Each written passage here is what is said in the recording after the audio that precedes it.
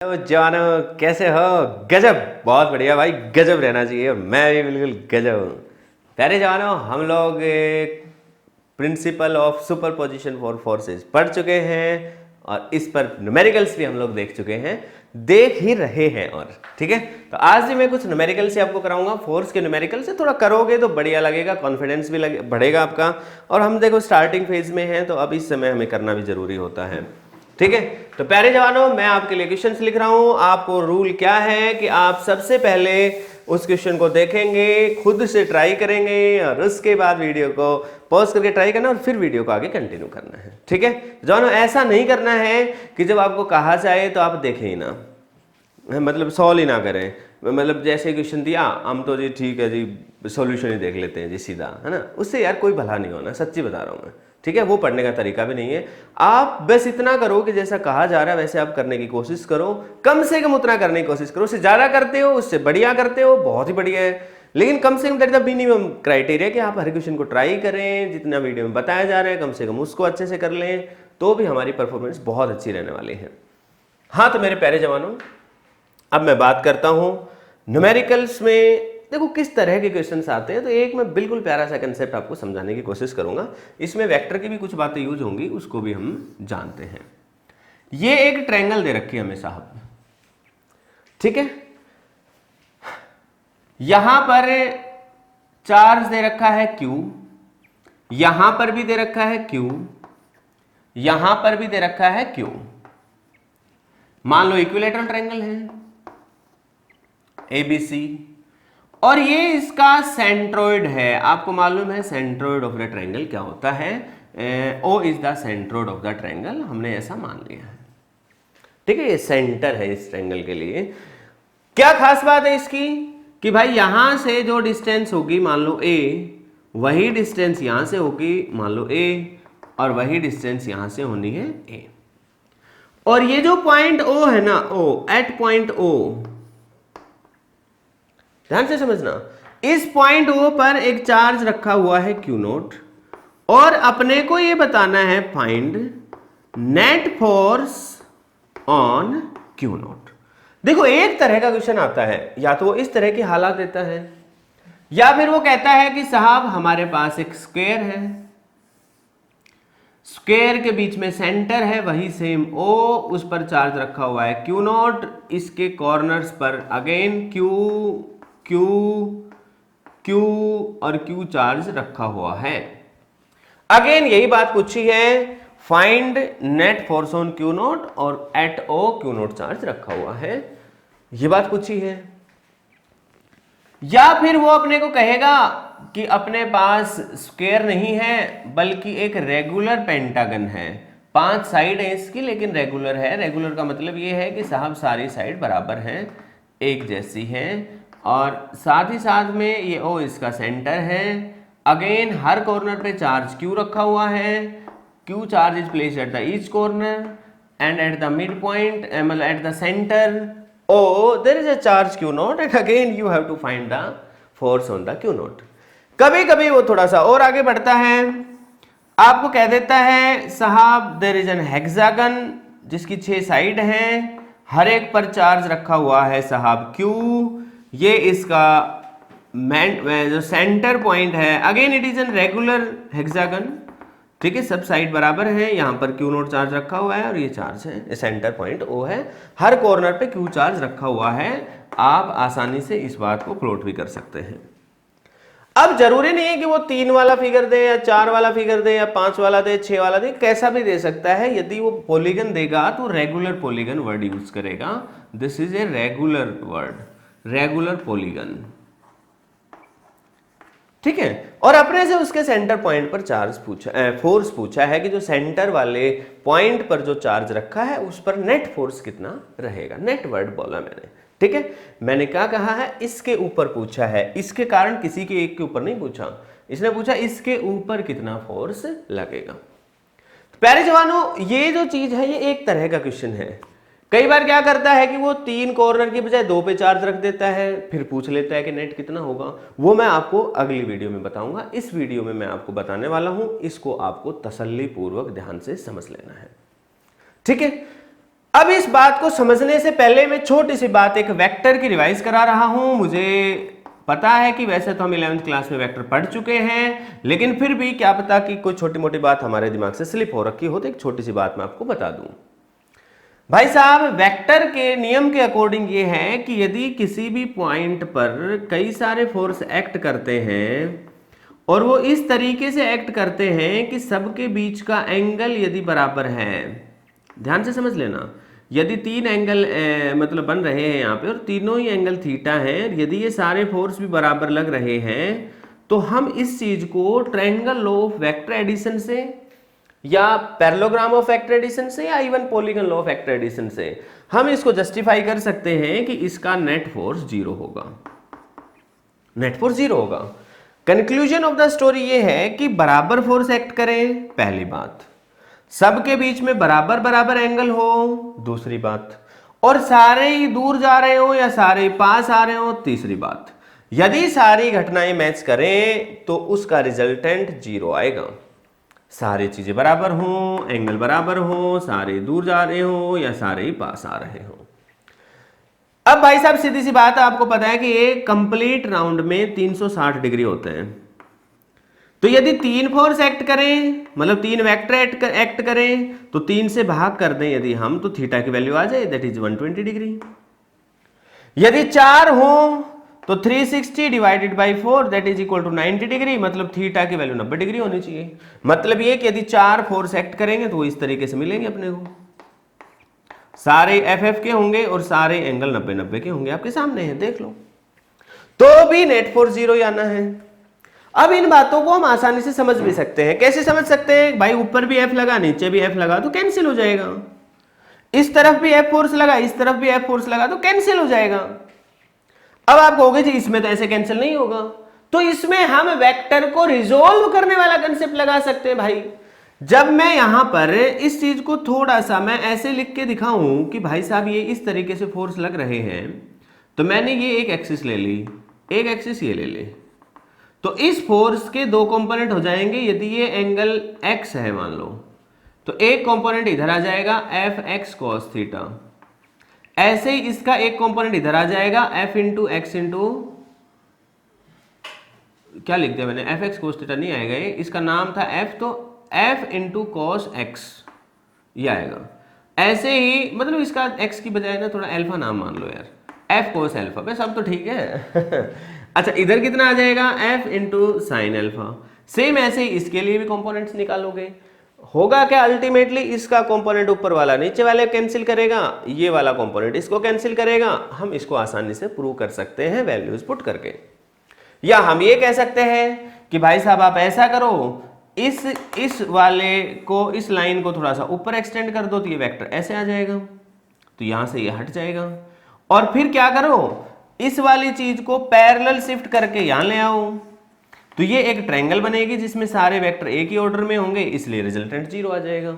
तो ये वेक्टर के अंदर 11th में हमने ढंग से पढ़ रखी है सारी बातें। लेकिन प्यारे जवानों, अभी आपको जो कंक्लूजन वाली बात है, जो अपने लेवल अभी जो काम आने वाली बात है, सिर्फ वो बता रहा हूं मैं। पूरा वेक्टर तो अभी नहीं करेंगे, उसकी अलग वीडियोस है, ज्यादा ही कंफ्यूजन है तो आप उन वीडियोस को देख लें। तो प्यारे जवानों, इंटरेस्टिंग बात यह है कि यदि सारे फोर्स बराबर लग रहे हैं, बराबर एंगल है, ये बार बार यूज होने वाली चीज है, इसलिए मैं बता रहा हूं, तो आप क्या करोगे कि उसका नेट 0 बना दोगे। सेम ऐसे ही 4 थे तो भी 0 बनेगा।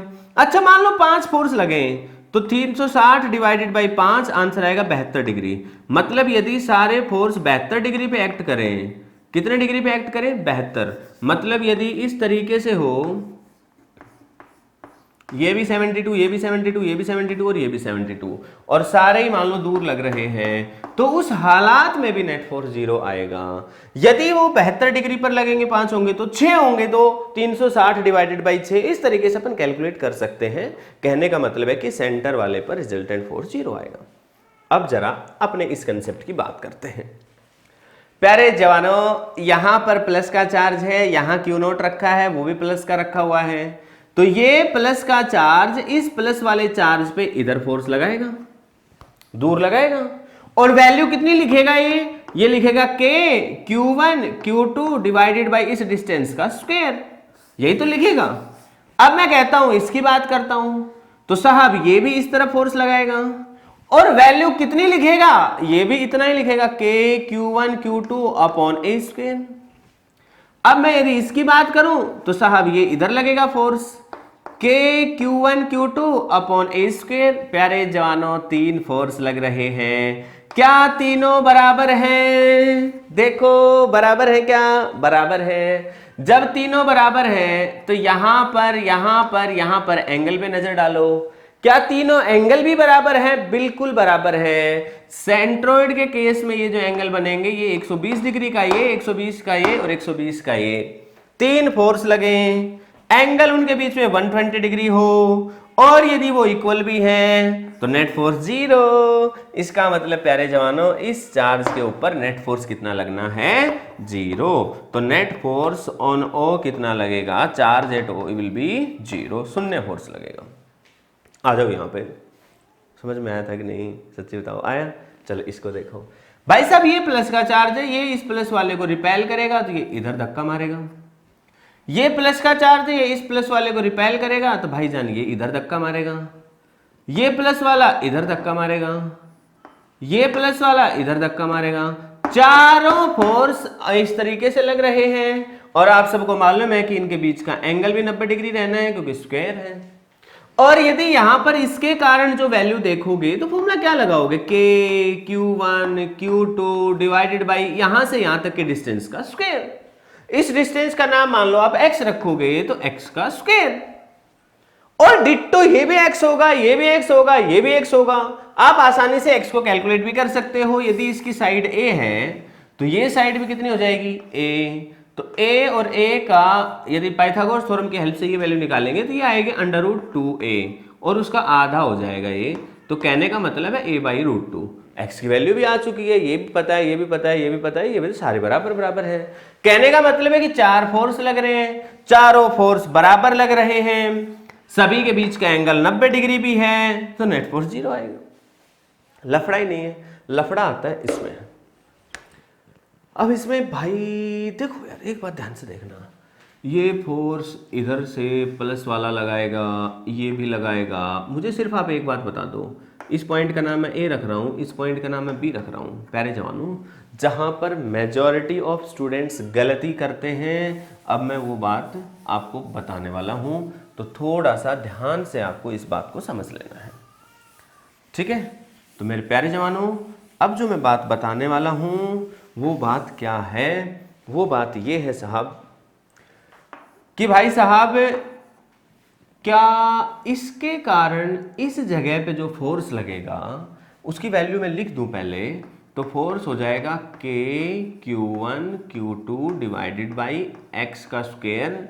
यदि मैं यहां से यहां तक की डिस्टेंस को x मान लूं तो, ठीक है?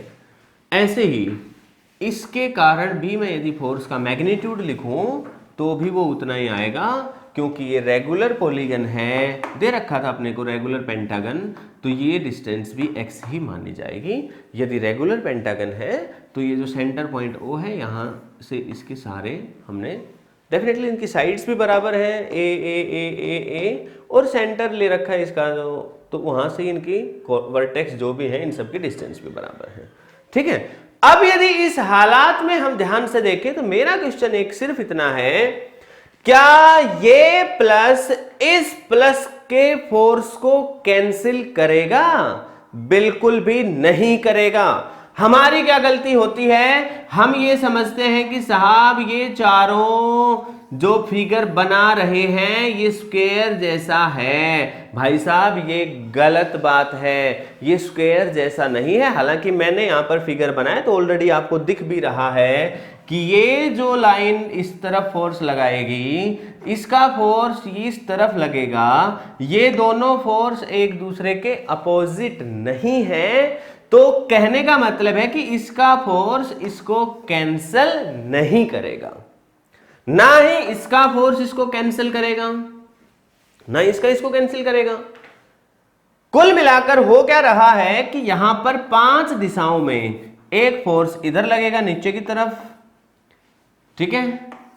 इसका फोर्स ऊपर की तरफ लग जाएगा, एक का इधर लग जाएगा। कुल मिलाकर यहां पर आप ये पाएंगे कि इस तरीके से 5 फोर्स लगेंगे, 1 2 3 4 5, और इन सब के बीच में जो एंगल होगा वो क्योंकि रेगुलर फिगर है तो 72 डिग्री होगा। भाई यहां पर जो एक बात जिस पर मैं स्ट्रेस दे रहा हूं, जिसको मैं आपको ध्यान से बताना चाहता हूं कि इसका फोर्स इसको कैंसिल नहीं करेगा, इसका इसको नहीं कैंसिल करेगा, कुल मिलाकर इन चारों का फोर्स आपस में एक दूसरे को कैंसिल नहीं करेगा जिस तरीके से पिछले फिगर में कैंसिल कर रहे थे।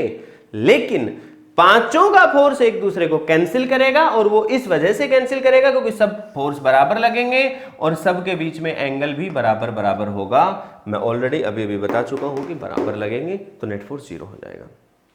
सेम तरीके से यहां पर हालांकि एक बात और भी है कि इसका फोर्स इसको कैंसिल करता है, तो यदि मैं यहां 2q दे देता, यहां पर भी मैं 2q दे देता, तो भी सिस्टम पे नेट फोर्स 0 ही रहना था, क्योंकि ये इसको कैंसिल कर रहा है, ये इसको कैंसिल कर रहा है और ये इसके फोर्स को कैंसिल कर रहा है, तो कुल मिलाकर नेट फोर्स 0 हो रहा है। यहां पर यह बात जस्टिफाइड नहीं थी कि यदि मैं इसको 2q दे देता, इसको भी 2q दे देता, तो ऐसा क्या पता कि कुछ वैल्यू बच भी जाती, वो फिर हमें सोल्व करनी पड़ती।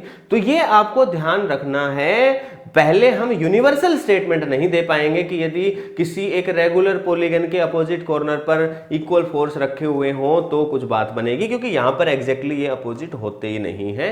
हाँ, ये पॉलीगन ऐसा था जिसमें अपोजिट थे, स्क्वायर वाला था उसमें भी अपोजिट थे, तो उसमें बात बन सकती थी। यहां प्लस का 3q लिखो, यहां माइनस का 3q लिख दो, मतलब प्लस का 3q लिख दो, इधर माइनस का 3q लिख दो, इधर भी माइनस का 3q लिख दो, तो भी कुल मिला के 0 आना था, कि आपस में ये एक दूसरे को कैंसिल कर रहे थे। तो ये बात यहां पर थोड़ा सा ध्यान देने वाली है। ठीक है, समझ में आई होगी आपको मेरी बातें कि भाई साहब यदि हमें इस तरह के रेगुलर फिगर से रखे हैं तो उनमें आप किस तरीके से नेट फोर्स निकाल सकते हो। प्यारे जवानों, अगली क्लास में, अगली वीडियो में, इसके तुरंत बाद में बनाने वाला हूं, उसमें आपको क्या मिलेगा कि यदि हम एक कॉर्नर से चार्ज हटा दें तो क्या फर्क पड़ेगा, और उसके लिए हम छोटी सी ट्रिक भी सीखेंगे। तो प्यारे जवानों, अगली वीडियो में फिर आपसे मुलाकात होगी, तब तक के लिए अपना ख्याल रखें, फिजिक्स पढ़ें और मौज करें।